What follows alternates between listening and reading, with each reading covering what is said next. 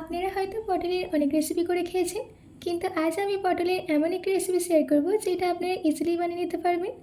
আর এটা খেতে এতটাই টেস্টি হয়েছে, যারা পটল খেতে ভালোবাসে না তারাও আপনার কাছ থেকে চেয়ে খাবে।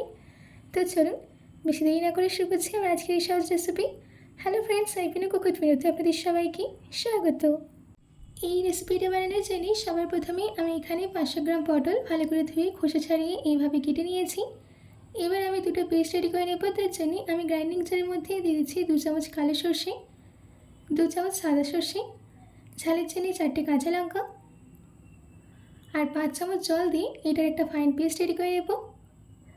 দেখুন আমাদের এখানে পেস্টটা রেডি করে নেওয়া হয়ে গেছে।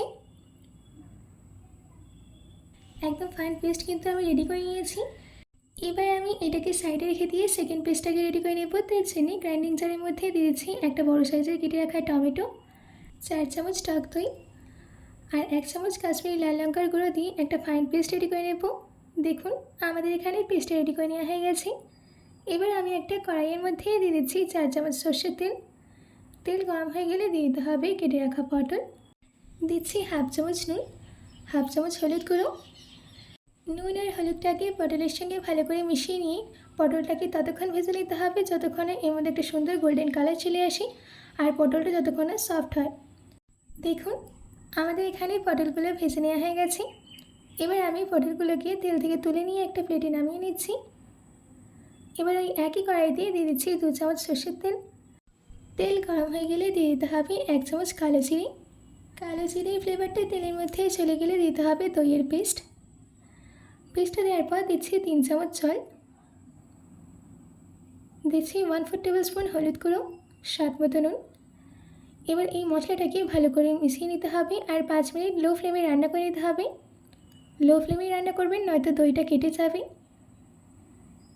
5 মিনিট বাদ আমাদের মশলা থেকে তেলটা ছেড়ে এসেছে। এবার আমি এর মধ্যে অ্যাড করে দিলাম ভেজে রাখা পটল।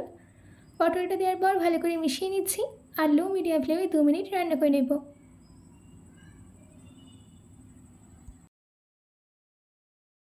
আমাদের এখানে 2 মিনিট হয়ে গেছে। এবার আমি এর মধ্যে অ্যাড করে দিচ্ছি সর্ষের পেস্ট, দিচ্ছি 1/4 কাপ জল। এবার এই সব কিছুকে ভালো করে মিশিয়ে নিচ্ছি।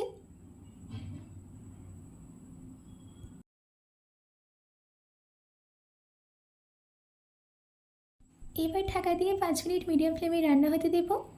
5 মিনিট বাদ ঢাকাটাকে খুলে এর মধ্যে অ্যাড করে দিচ্ছি 1 চামচ চিনি, ধনে পাতা কুচি। ভালো করে মিশিয়ে নিতে হবে। পটলের এই ডিশটাকে আপনারা ভাত কিংবা রুটি যে কোনো কিছুর সঙ্গেই সার্ভ করতে পারেন।